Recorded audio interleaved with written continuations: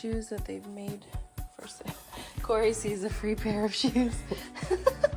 And I believe a lot of these are like custom ordered. Like they make orders for people. So their most expensive boot is $350. How many Kenya shillings is that? Around 40,000 Kenya shillings. Imagine. Welcome back to the channel, the Bichanga family.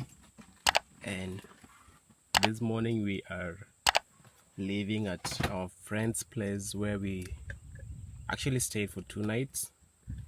And today is our last day that we are supposed to be heading back home to Ohio. So currently we are still in Kentucky. So currently we are just getting ready to go to visit the Amish business market and to go back to the place where we were in our previous video. So I'm very excited. Honey, are you excited? Very. Say hi. Today the businesses will be open and hi guys. I love you. I give you everything you want me to. Think about it if I could. I'd burn down the moon and give that to.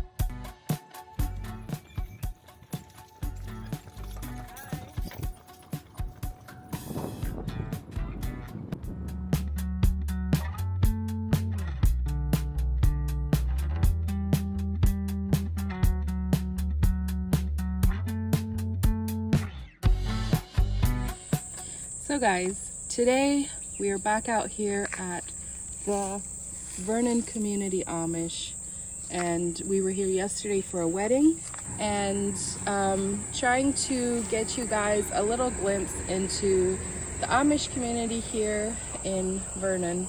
So guys, once you branch off of this main road onto this small road called Radar Road, this is where majority of the community, the central hub of the community, is off of this road. There are some houses along this road as well, but the majority of the community is that way. They have their market there, and some things that they do to make a living is they make shoes. They of course have produce from their gardens. They have a horse shoeing business where people bring their horses here to shoe them. And so many other different things like that. They sell rabbits, they sell goats, they sell all kinds of stuff, as you can see on the sign, even poultry. And they deal only in cash. They don't do credit cards or checks or anything of that nature. So if you decide to come out and visit the community and support them by buying from them, make sure you bring cash, because that's what they deal in. So come with us today and let's go see what we can find in the Amish community. So a few other businesses that they have as well is like herbs and homemade tinctures, things like that.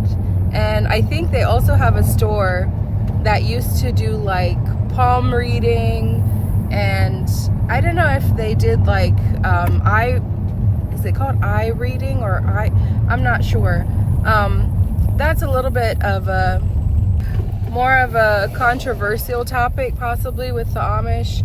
Some Amish believe in palm reading, some don't. Personally, I don't, but that is something that you find that a lot of people would travel from very far away worldly people to come and, get their palm readings done by the Amish. They said that the shoe shop is up this road. So as you can see, guys, right now there's 3 cars sitting here at this little shop, and I think this is where they do the palm reading and possibly other holistic healing kind of things. And here's Tennessee, Kentucky, and people get to come and visit basically this Amish clinic where they have more holistic medicines. I'm not necessarily promoting that, but I'm just saying that's one of their businesses that they do. And they have huge gardens, just acres and acres of gardens. And the places here where you see the netting over it, that's actually rice. They're growing rice that doesn't need to be flooded in water. It's like a dry land grown rice, but they need to water it constantly. But they do grow their own rice, and then they run it through a huller machine that removes the hulls off of it. But the huller machine, everything is done horse powered. Growing up, we used to call this place the land of no motors because they are not allowed to use anything that has an engine on it. No chainsaw, no weed eater, no lawnmower, no anything that has an engine on it. They're not allowed to use it. They do everything manually or by horsepower. So where we're heading right now, up this lane, we're trying to find, I think it might be here, babe. Slow down here. We're trying to find the shoe shop, and I think the shoe shop might be right here. So let me jump out and see if this is the right place, because it's moved from where I had seen it last time. So it says closed. So let's go see. Yeah, here it says general repair services. Looks like they're closed on Mondays. Custom shoes and orthotics by appointment. So here's the shoe shop where they make shoes. I really, really wish they were making shoes today, but seems they're not. Hi, how are you? How are you doing? We're good. Were you at the wedding yesterday? So we were at the wedding. Yeah, I saw you. I remember you. Yeah, so it was my cousin who was getting married. But I was wondering, do you know who owns the shoe shop? Yeah. I don't know. He lives on this road, just on up the hill. I saw they're closed. They're always closed on Mondays. They open on Tuesdays. But I didn't know, do you think he would show us around the shop? Or is it? I guess he, we'd have to ask him. You'd got to ask him. Is he home right now? Do you know? I don't know. Okay. What is his name? Matthew. Matthew? He would also be a cousin to William. Okay. Yeah, he's my mom's brother. My mom is also a cousin. Okay. All right. Well, maybe we'll drive up there and just talk to them and see. My husband is from Africa, and I really wanted him to see the way they make shoes and all that. So maybe we'll check and see if he would show us. He's at home anyhow. I think he would. Yeah. Okay. All right. Well, thank you.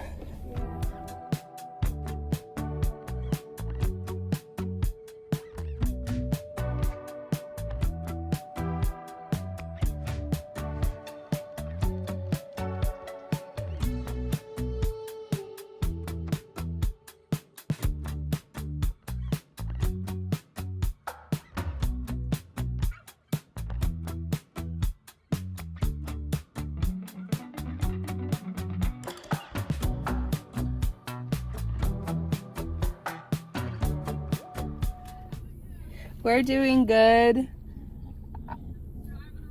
Yeah, I wanted to just show my husband around.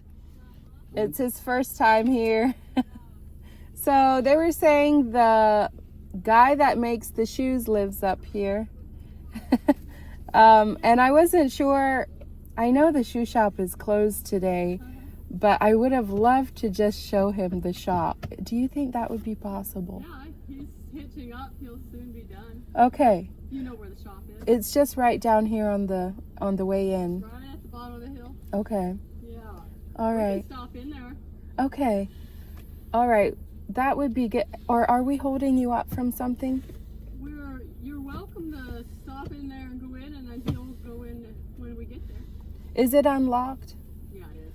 Okay. All right. Well, maybe we'll do It's that. hard to open. You just have to push hard. Okay. All right. Well, that would be wonderful. I just wanted to show him how you guys make shoes and everything. I think it's so cool.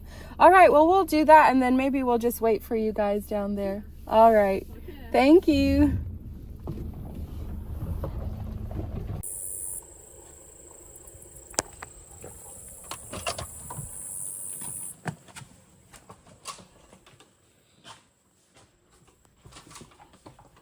So here's where they make their shoes.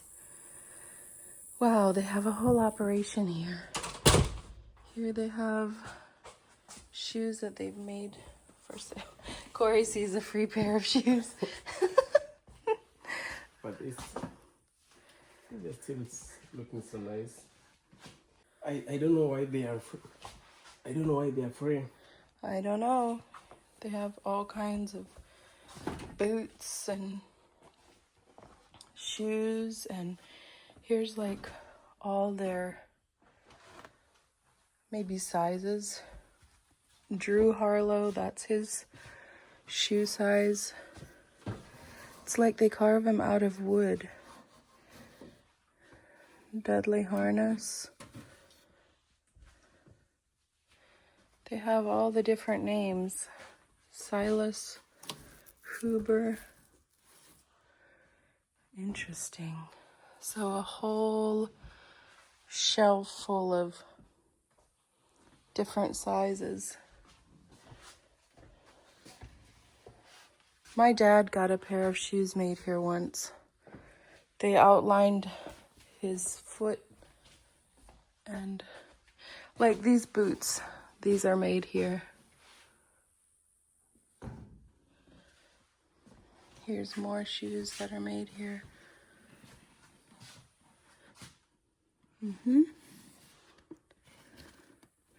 Like these are $150. $15,000 to pick up August 9th. Here they have all their oils and creams for their leather shoes, $8 each. So they make really, really nice shoes here. Here you can see is their work area, their molds for the shoes. Here's probably where their desk is, where they collect the money.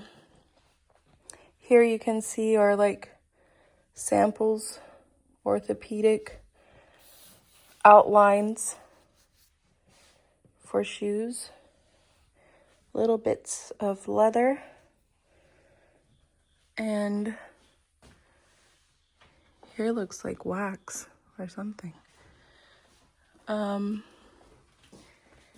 Here is where they're cutting out leather, or maybe insoles rather. They cut it on this piece of wax. I don't know what this machine is. And here they have shoes hanging up that they made that don't have soles on them yet. And I believe a lot of these are like custom ordered, like they make orders for people. So let me see. Back here's another pair of shoes they're making. And I think this is maybe their sewing machine. I see thread here. Might be their sewing machine. And another sewing machine. This is another one. I see thread here. Those are all sewing machines. Here's another one and another one. These are foot pedal operated. So they use those blocks of wood here for their foot pedals. Grill. I wonder if they use this for making the shoes. Interesting. Or maybe it's just stored in here. Here's an air compressor. I wonder if this is what they use for it. It's hard to tell. So I guess we'll wait for the shoemaker to come and show us how he makes the shoes, and I'll video what I can. Last time I was in his shoe shop, they used a horse going in circles outside to operate the sewing machines, but it looks like most of these are pedal operated. Even this one you can see has the foot pedal down there. So I think most of them seem to be run with foot pedals now. But like I said, the last time I was in their shoe shop, he would be sewing here at the sewing machine, and then he would say, "Giddy up!" And the horse would go around and around in the circle, and the pulleys would come in here where he was sewing. Then when he got to the end of the spot where he was sewing, he would call out, "Whoa!" And then the horse would stop, and he'd stop sewing. So it's pretty incredible. See all that thread back there? Yeah. Honey, what do you think?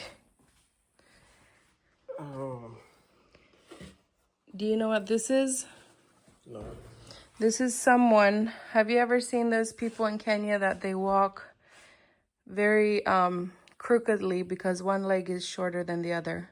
Oh. So people bring their shoes here and they customize a thicker sole. So you can see this is a shoe they didn't make. It's not leather. So this person just bought his shoe at Walmart or somewhere, and then he brought them here to make up for the difference of his leg height so he can walk straight. So they do work like that here as well. Look at all these boots being made into shoes. Handmade, guys, handmade. If you get a pair of shoes from here, they'll last you 20 years, 30 years. Like, they're so strong. Like this one. Mm-hmm. And they also make sandals like this. But I think some... No, this one is sold. repair. I mean, this one is bought, isn't it? Yeah, made in Germany. So they Birkenstock. see the shelf. I wonder if they bring them here to, This like, here. get measurements Look. on how to make them. Yes? So this was brought here for repair. If you see at yeah. the back here, Aqua Seal repair. Same as this one is also for Resale plus new midsole using a pyramid A. And add hooks to the top, new laces.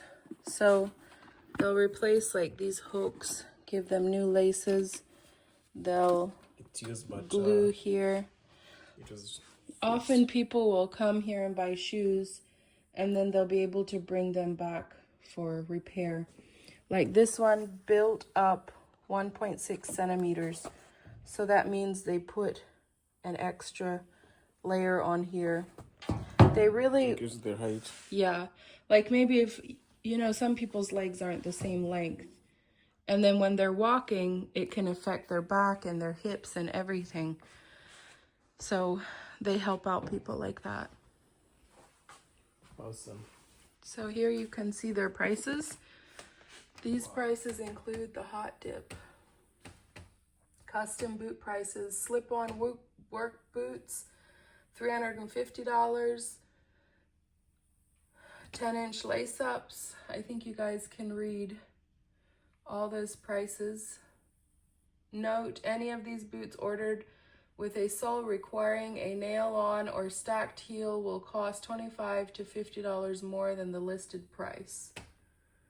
So their most expensive boot is $350. How many Kenya shillings is that? Around 40,000 Kenyan shillings. Imagine. They're Plus- making good money here. Plus the extra if you want something. Yeah, like if you want to have the boots heightened. Here's their patterns for making their shoes. Around 50,000. That's crazy. Yeah. Wow. But isn't this so cool? Yeah, it is. Look at this. All handmade. Wow. And this brand new. The price has gone down to $60. Wow. That's a heavy duty boot. Is that boot heavy holding it? But it's very strong. Very strong. Do you feel the sole? And all that grip. That's crazy. See, I think this was a shoe that was bought, Yeah, then brought here probably for repair. Like they can change these hooks out. They can give you, like they can repair your sole here. Repair your sole. Like they can reboot this one. I feel like these are so nice for, during winter. I don't know if they're insulated. Yeah, they are. They are insulated. Yeah, that can be a nice boot. But I doubt if it can fit me. Do you have $60 in cash? We need to come back when we have cash with us. Oops. They've already arrived. Oh, A whole big family. they're a big family. But guys, this guy is talented and he most likely never went to any school or got any degree. Most likely, he has been self-taught how to do these shoemakings. It's absolutely incredible. He climbs up there on that. Oh, the horse climbs there. He'll walk on that moving belt. Okay, so it's like a treadmill and it just goes around and then it powers inside. There's a chain coming up here and the shaft goes under the floor. Okay. Wow, that's so cool. So that will be just the normal horse or the mule. I use a fairly heavy horse. The heavier the horse, the more power I've got. Yeah, like maybe a workhorse or something. Okay. Wow, that's really neat. So then the power comes inside and goes where? Or how does that work? The shaft comes inside. Oh, is it right here? I see a pulley here. There's a belt coming up to I've got a squirrel cage blower in here that extracts my glue fumes and stuff. Oh, okay. The shaft runs beneath the floor here. Oh, okay. And there's a belt slot here and over here. There's another shaft running under the floor here. This will tighten the belt and that machine will run. And here you can see the shaft, main shaft. Oh, this is the main shaft that comes in. Okay. Yeah, that makes sense. And then what is this for? This is a vacuum former. I actually had Emsy make this for me. Oh. What it does is when I do heat molded orthotics and like inserts and stuff for shoes, I can heat my sheets and place them in here. I'll vacuumize this tank. This is just a hand pump I give down here. Oh. Vacuumize the tank. I can heat my sheet and pop it in here on whatever piece I'm forming onto. Put this down and turn a valve and it'll suck it down and form it around And the... steam it kind of like, or mold it to the... Okay. Wow, that's so interesting. And do you have like people from far away coming, or do you make mostly for the community? Yeah, we have, not a lot, but we've got people from Georgia. And Oh, wow. we had one from Colorado, Wisconsin. So do you like advertise your shoes anywhere, or is it just like word of mouth? No. Wow, that's so interesting. Wow. If you step back here, you'll see the shelf full of lasts. We call this a last. A last? These are all custom lasts. All of these have been remodified to fit somebody's foot. measurements. Oh, like the exact measurements of someone's foot. Yeah, so they can come back and say, I need another pair just like that. And I've got their mold. So when you make a pair of They pay shoes, extra for that. right, for the custom design, right. So like when somebody gets a pair of shoes, how often do they come back for the second pair? Well, it's fairly common. Yeah, they get hooked on having a custom shoe. Wow, that's really neat. But there was, over the years, Mark he'd measure somebody's foot, find one that's close, add a build up, and make a pair of shoes. And he'd pull that build up off and do somebody else. Gotcha. And then I come along behind. I try to make second pairs for these people that have been remodified for somebody else. And so it was a big headache. Yeah, so you just needed to have. So I started making them pay for that mold and Right. keep it for them. Exactly. Then that's what they paid for. It's here whenever they come back. Right. That makes sense. Very good. So did you go to school to do this, or how did you learn how to make shoes? Mark, my cousin? Did he go to school for it, or did he just? Well, Willie was the one that started this. Willie Mast. Okay, I wouldn't know He was him. the first one preaching yesterday. Okay. Yeah. He was the one that started it, but Mark, in the early stages, Mark was there with you, and they brainstormed And got it pulled the together. shoes apart and figured out a lot of it. Wow. But Willie also did spend a week or so with a guy that was making some shoes. Okay. But he was making more just like, I don't know what you'd call it. He would mold directly on the person's foot, and it's kind of it wasn't really the solid work boot type of shoe that we were looking for. And so we had to learn a lot ourselves just to figure out. Right. Wow. Well, this is very, very creative and very interesting. I kept telling my husband, even while we were still living in Africa, I was telling him, I have cousins that make shoes and I need to bring you to see them. So he's been waiting for this moment for a long time. So is there nobody in Africa that makes shoes? Just big companies. Like made in China. So we would have looked at possibly some of those countries as being a little bit more back to earth or primitive than the United States, but obviously they've lost a lot of that too. Yeah, right. Same as we have here. Right, exactly. Like a lot of their shoes would be made in China, made in Thailand. But also like the butter shoes. There's a company that makes shoes. Yeah. But it has to be a big factory. And Is a lot Bata of made in workers. Kenya? Yeah. Okay. But So they not do to have just find like a small shop, someone just makes shoes. Right. This is also like a niche market, but it is coming back some. Right. I've actually got a circle letter going now. We've got different people writing in. There's more than I can count on my fingers. Wow. That are now the Amish people that are starting to Start like from other communities, they would come here. Okay. Well, Very actually, good. most of them learned from the guy that is out in Montana. Okay. But there's a couple down here in southern Tennessee. And one of those was up here, and I was teaching him how to more work with people that have special needs and deformities and that kind of stuff. Okay. Yeah, I saw a shoe that had a really thick sole on it. So that would be for like if one leg is shorter than the other, you can customize the. Wow, that's really neat. So guys, we just left the shoe shop right now, and he was just showing us toward the end how they mold the shoes, and it's pretty amazing. What did you think, honey? That was so neat to know how the whole process of the shoe is being done, and not just by seeing, but just by visualizing how it's being done. So and it was so nice for him to just take his time to explain and show us. That was pretty cool. Yeah. So guys, right now we're gonna stop in at their market. Homegrown produce Monday through Saturday, and they're open. So let's go see. Do you see, guys, all these people who are here shopping in this Amish community?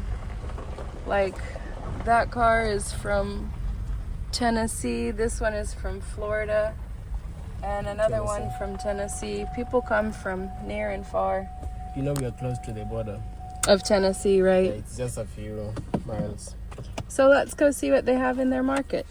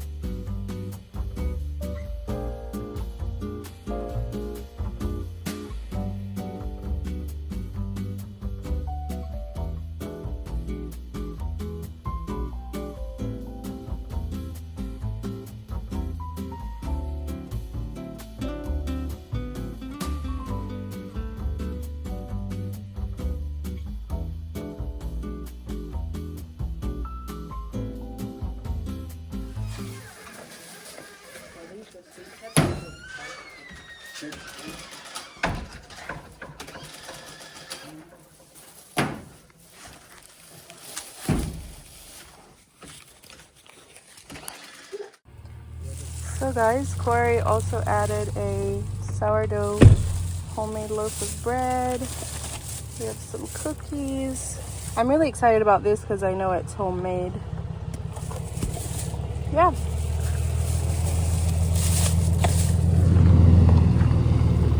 Local people coming in here to get their horses shot and get homemade bread, and people like to come here. Taavi, what is it? What is it, baby? Huh? Bakak. Can you say bakak? So did you show them like what's happening with all the families being up there? Yeah, so they're having a reunion today. It's called a Troyer reunion, so everybody's gathering at the church house for a Troyer reunion. And these things you see along here are what they use to make their sorghum that I showed you in the store. But here they have chickens, one pair, silky bantams for $40. Wow. I didn't know like the bunnies are very Cheap. $5 we could take a bunny home for Taavi. Looks like the bunnies are gone. Oh, here's one. Lion head bunnies too. Yeah. Taavi, do you want to take a bunny home? More chickens. $40. And then these are roosters. These are $10 each. Oh, those are the roosters. Yeah. Can you say pakak, pakak, pakak? Like if you bring him here, listen. What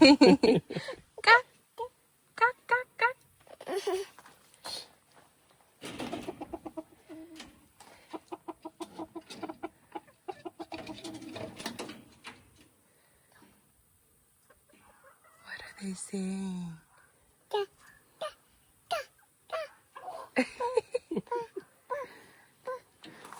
You know, my brothers used to have bunnies like this, and my brother had one, he was holding it, and it took its 2 teeth and bit.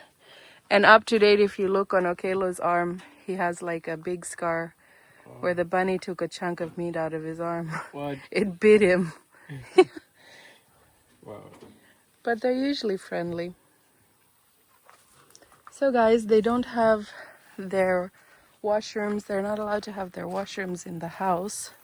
So you see a lot of these outhouses here, men and women. Like the one you saw yesterday of my dad sitting in one. So they have to go outside to use the bathroom. So this is how it looks. They've piped water in here, but they're not allowed to have running water in their houses, just a pump. I'm trying to turn it off. And then that's the toilet.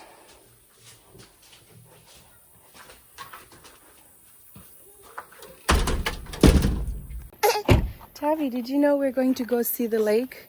So guys, next we're gonna go see the river, Cumberland River. It's just right along the edge of the community, so let's go see. One thing's true, never ask for nothing.